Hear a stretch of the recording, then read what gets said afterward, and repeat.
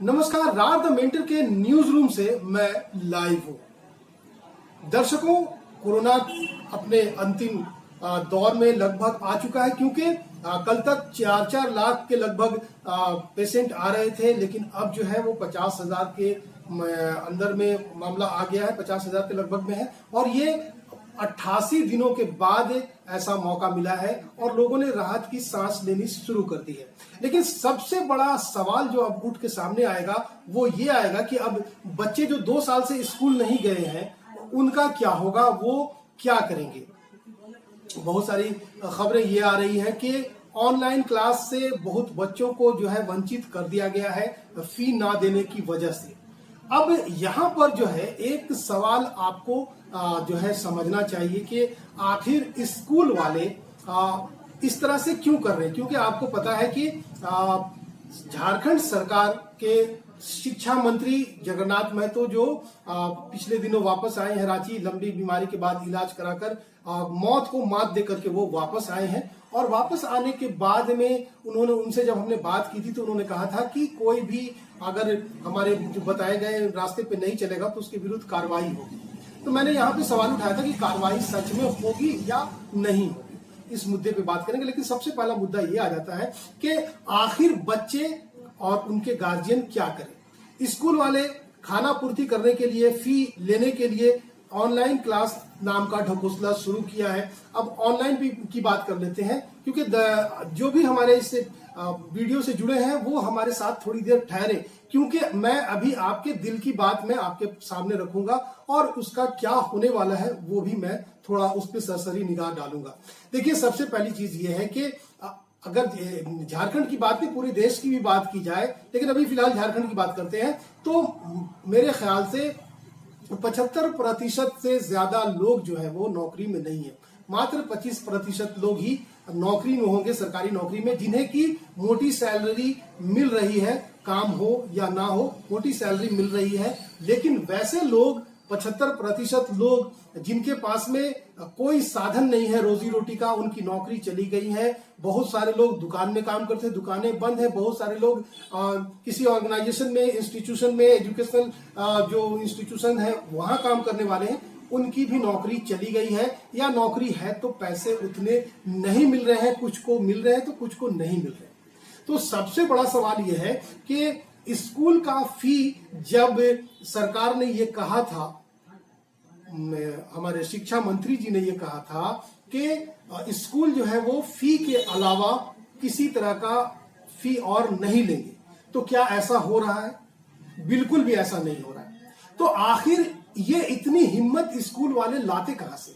सबसे बड़ा सवाल यहाँ पर यह है कि स्कूल वाले इतनी हिम्मत लाते कहां से हैं। हमने शिक्षा मंत्री से यह सवाल भी पूछा था कि सरकार क्यों जो है वो कड़ा रुख नहीं अपना पाती, क्या इसके पीछे ये कारण है कि बहुत से विधायक, बहुत से मंत्री, उनका भी कहीं ना कहीं पे स्कूल का बिजनेस है, क्योंकि अब जो है ये स्कूल का व्यवसायीकरण हो चुका है। यहाँ पर एक स्कूल शिक्षा देने के लिए नहीं, व्यवसाय के नाम पर है, व्यवसाय कर रहे हैं।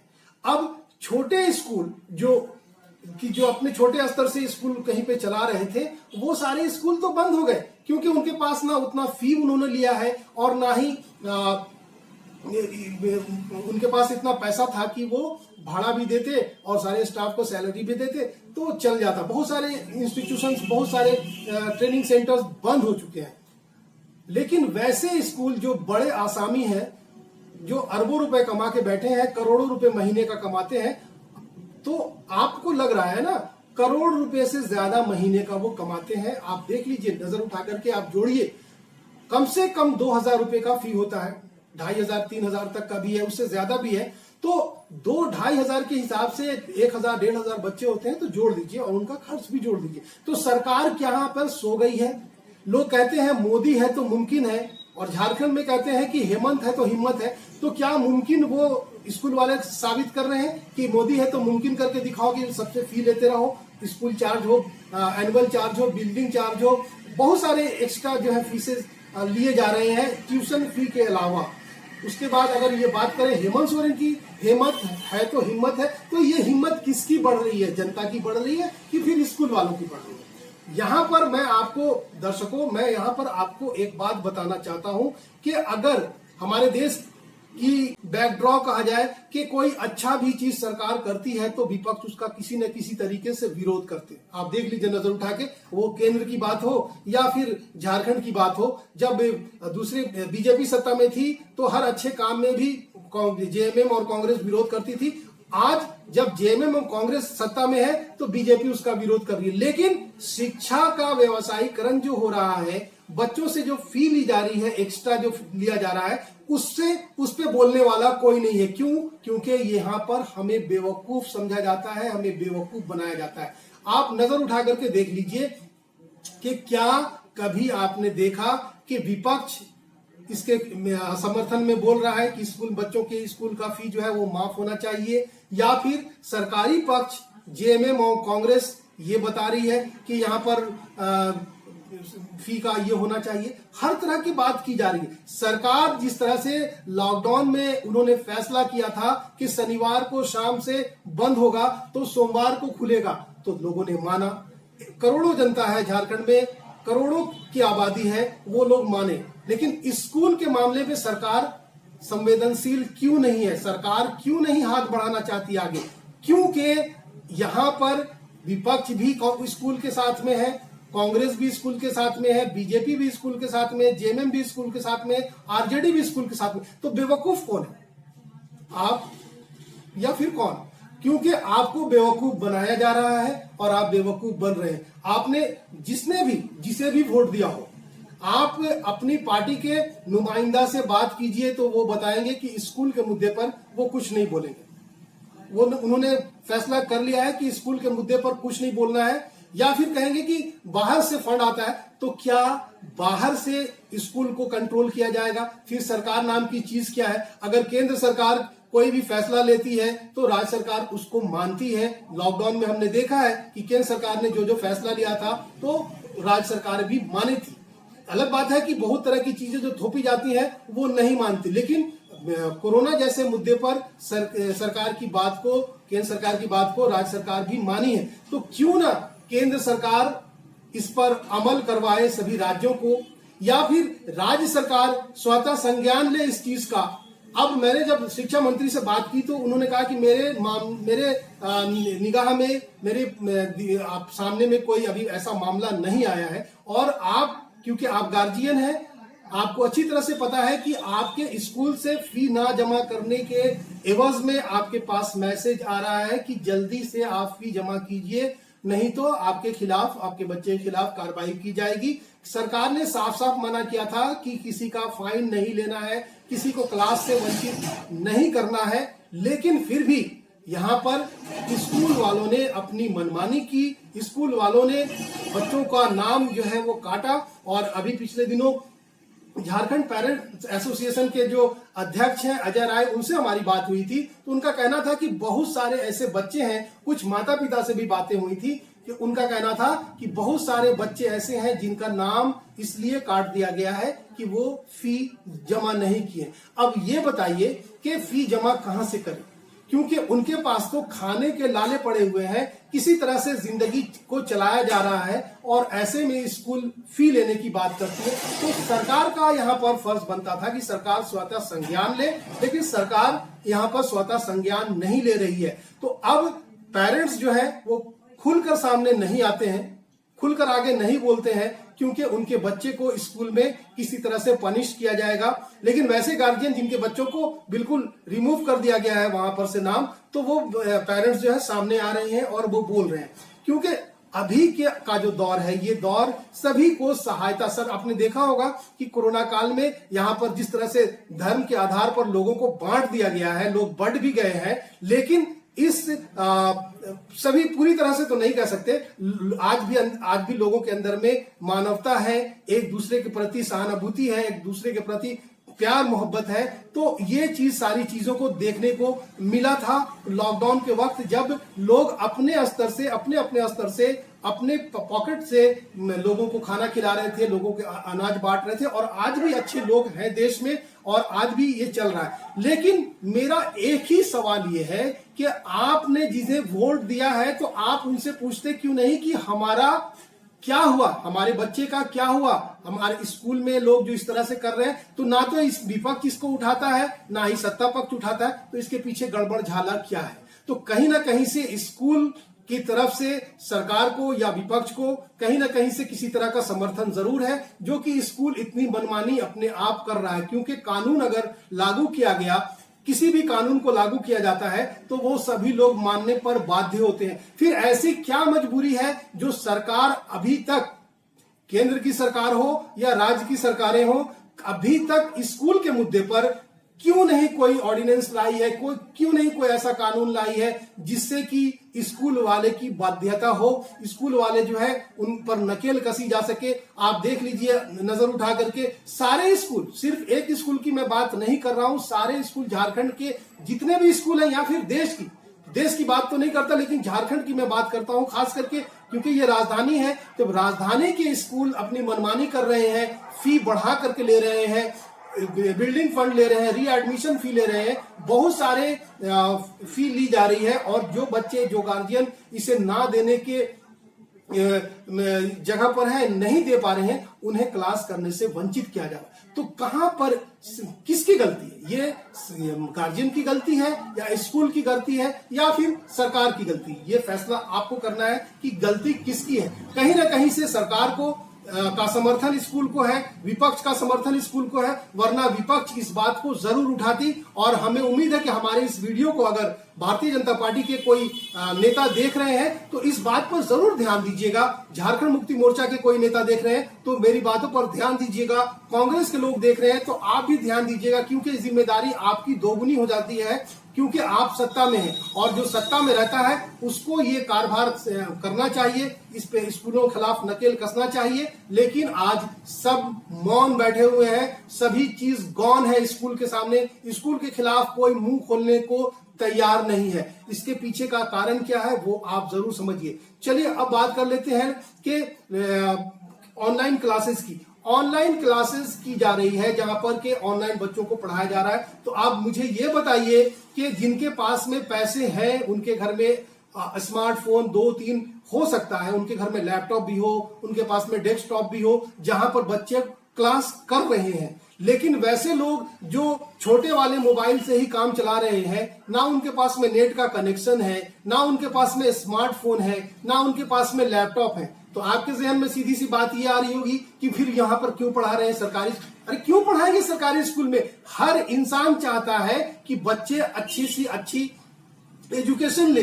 आप सरकारी स्कूल का एजुकेशन सिस्टम आप प्राइवेट स्कूल की तरह कर दीजिए, सभी के बच्चे आपके सरकारी स्कूल में ही पढ़ेंगे। जिस तरह से दिल्ली में अरविंद केजरीवाल ने स्कूलों का जो है नक्शा ही बदल दिया है, वैसा बदलिए। आपको देख लीजिएगा कि ये प्राइवेट स्कूल जो मोनोपोली चलाते हैं तो उनका जो है उन पर नकेल कसा जा सकेगा। लेकिन सरकार को ये करना नहीं है, क्योंकि कहीं ना कहीं से सरकार जो है फायदे में है इन स्कूलों से। अब किस तरह का फायदा है ये तो देखना होगा, ये या फिर समझना होगा। यहां पर सीधी सी बात एक समझ में आती है कि वैसे बच्चे जिनके पास में लैपटॉप नहीं है, जिनके पास में मोबाइल नहीं है, वो बच्चे क्या करेंगे? अब जैसे अगर कोई दो बच्चा एक ही स्कूल में पढ़ता है या अलग अलग स्कूल में पढ़ता है, जनरली आप देखेंगे 2-3 बच्चे एक घर में होते ही हैं जो पढ़ने वाले होते हैं। और तो वैसे बच्चे क्या करेंगे जिनका कि एक ही टाइम पर दो क्लास, दोनों का अलग अलग क्लास होता है, तो वैसे बच्चे क्या करेंगे? और उनके पास में एक ही मोबाइल है। तो ये सिस्टम को समझना चाहिए, सरकार को संवेदनशील होना चाहिए, स्कूलों के प्रति जो है ये कदम उठाना चाहिए कि स्कूल जो है इस तरह की व्यवस्था करें कि बच्चों को आसानी से शिक्षा दी जा सके। जैसे कि अगर जो ऑनलाइन पढ़ाई कराते हैं उसी को अगर रिकॉर्ड करके दे दें तो मुझे लगता है कि बच्चे कभी भी किसी भी वक्त कहीं पे भी जाकर के उसे नोट कर सकते हैं। लेकिन ऐसी व्यवस्था स्कूल की तरफ से नहीं की गई है। ऑनलाइन के नाम पर जो है घोटाला हो रहा है। और अब ये समझ लीजिए कि कोई बच्चा, कल तक हम बच्चों को मोबाइल इसलिए नहीं देते थे कि उनकी आंख पर असर करेगा, आंख खराब हो जाएगी, लेकिन वैसी व्यवस्था अब जो है स्कूल की जो मामला है, अब स्कूल ही कह रहा है कि मोबाइल और लैपटॉप पे रहो और 2-2, 3-3, 4-4 घंटे तक बच्चों को क्लास कराई जा रही है। तो क्या लगता है कि अगर इस तरह से क्लासेस जो कराए जाएंगे तो आने वाले जो 6 महीने के बाद क्या बच्चों की आंखों पर असर नहीं होगा? कल तक बच्चों को हम मोबाइल आधे घंटे 15 मिनट के लिए दिया करते थे, लेकिन अब जो है वो 4 से 5 घंटे बच्चे मोबाइल के सामने, लैपटॉप के सामने बैठ करके टकटकी लगा करके वो देख रहे हैं। कानों में हेडफोन है, अगर हेडफोन नहीं है तो ऐसे भी, तो क्या ये नुकसान नहीं करेगा? इस पर सरकार को, इस पर विपक्ष को जरूर सोचना चाहिए। और झारखंड की बात करें तो झारखंड में एक पूर्ण बहुमत की सरकार है और विपक्ष भी बहुत ज्यादा कमजोर नहीं है, विपक्ष भी मजबूत स्थिति में है। तो यहाँ पर विपक्ष को ये आवाज उठानी चाहिए कि स्कूलों का जो मामला है वो सही किया जाए। यहाँ पर जो शिक्षाविद है उनको इसकी आवाज उठानी चाहिए, यहाँ पर जो ब्यूरोक्रेट्स हैं उनको ये आवाज उठानी चाहिए, यहाँ पर जो सामाजिक कार्यकर्ता हैं, जो समाज के लिए कार्य करते हैं, उनको ये आवाज उठानी चाहिए। लेकिन यहाँ पर सभी मौन है, तो इसे क्या कहा जाए? ये कहीं ना कहीं से सरकार की विफलता मानी जाएगी और विपक्ष की तो सबसे बड़ी विफलता, क्योंकि विपक्ष को कोई भी मुद्दा मिलना चाहिए, वो अच्छा है या बुरा है, मुद्दा मिलना चाहिए। उस मुद्दे पर विपक्ष जो है मौन बैठी है, विपक्ष चुपचाप बैठी है। तो इसके पीछे का कारण क्या है ये आप जरूर पता कीजिए। और अगली बार जब आपसे वोट लेने के लिए या वोट देने के लिए आए तो आप उनसे सवाल कीजिए कि लॉकडाउन में आप लोगों ने हमारी खैरियत तो नहीं पूछी, हमारे खाने पीने का इंतजाम तो नहीं किया, लेकिन क्या हमारे बच्चे उस लायक भी नहीं, हम उस लायक भी नहीं कि अच्छे स्कूल में पढ़ा सकें और उनका फी दे सके? जिनके पास अथाह पैसा है वो तो किसी भी तरह से उनको कोई फर्क नहीं पड़ने वाला, वो दे देंगे। लेकिन वैसे लोग जो कि गरीबी रेखा के नीचे रहते हैं, और झारखंड की आबादी और झारखंड के हिसाब से आपको अच्छी तरह से पता है कि यहाँ के 70% से ज्यादा लोग जो है वो इस लायक नहीं कि वो 4,000-5,000 रुपए महीने का फी जमा कर सके। वो करते थे, वो अपना पेट काटकर अपने बच्चों को अच्छी एजुकेशन देना चाहते थे, लेकिन आज वो अपने खाने के लाले उन्हें पड़े हुए हैं। तो वैसे स्कूल में बच्चों को कैसे पढ़ाया जा सकता है? और अगर वो अपने बच्चों के भविष्य के लिए पढ़ाना चाहते हैं तो कोई जेवर बेच रहा है, कोई कुछ बेच रहा है, बेच कर अगर वो पढ़ाते हैं तो फिर सरकार हमने किस लिए चुनी है? सरकार की दायित्व नहीं बनती है। सरकार अपने सरकारी खर्च पर जो खर्च हो रहा है, उनके सिक्योरिटी पर, उनके खाने पीने पर, उनके रहने पर, बहुत तरह की चीजें हैं जहां पर से खर्च निकाला जा सकता है। ये सच्ची बात है कि हेमंत सोरेन ने जब से सरकार सत्ता संभाली है तब से उन्हें मौका ही नहीं मिला कुछ करने का, क्योंकि उसी वक्त से कोरोना है। लेकिन ऐसी भी स्थिति नहीं है कि सरकार मदद नहीं कर सकती है। सरकार को सिर्फ मदद नहीं करना है, कहीं पर कोई पैसा नहीं देना है, सिर्फ स्कूल पर नकेल कसना है। और ऐसे सरकार का क्या फायदा जब वो एक स्कूल पर नकेल ना कस सके अपने, क्योंकि अभी जो बच्चे स्कूल का मुंह तक नहीं देखे हैं 2 साल से और उनको वो क्लास में आगे बढ़ रहे हैं, तो ये खोखली जो शिक्षा है, ये शिक्षा बच्चों के भविष्य में कितना नुकसान करेगी ये तो आने वाला वक्त बताएगा। लेकिन सरकार समय रहते अगर नहीं कोई फैसला लेती है तो आने वाले दिनों में बहुत सारे ऐसे बच्चे हैं जो कि शिक्षा से वंचित हो जाएंगे और कहीं ना कहीं से उनके माँ बाप पर और बच्चे की मानसिकता पर गहरा असर पड़ेगा। तो सरकार का फर्ज यहाँ पर बनता है कि वो स्कूलों के खिलाफ जो है जांच बैठाए, जांच बिठा करके पता करे, क्योंकि जिस तरह से पेरेंट्स एसोसिएशन के अध्यक्ष का कहना था कि 5 साल का उनका लेखा जोखा है, क्योंकि फी जो होता है तो फी का रिकॉर्ड होता है और कितना फी लेते हैं, किस मद में लेते हैं, कहाँ खर्च करते हैं, कितना खर्च करते हैं, इस पर जरूर से नकेल कसना चाहिए। जब तक नकेल नहीं कसी जाएगी शिक्षा का व्यवसायीकरण होता रहेगा और जो गरीबी रेखा के नीचे या मिडिल क्लास या बिलो मिडिल क्लास लोग हैं उनके बच्चे शिक्षा नहीं ले पाएंगे, शिक्षा से वंचित रहेंगे। और यहाँ पर सरकार की और विपक्ष, मैं दोनों की बात करता हूँ, दोनों की जिम्मेदारी बनती है। मुझे उम्मीद है कि अगर हमारी बातों से उन पे कुछ असर पड़ेगा तो जरूर कुछ ना कुछ फैसला लेंगे जिससे कि बच्चों का भविष्य उज्जवल हो सके। नमस्कार।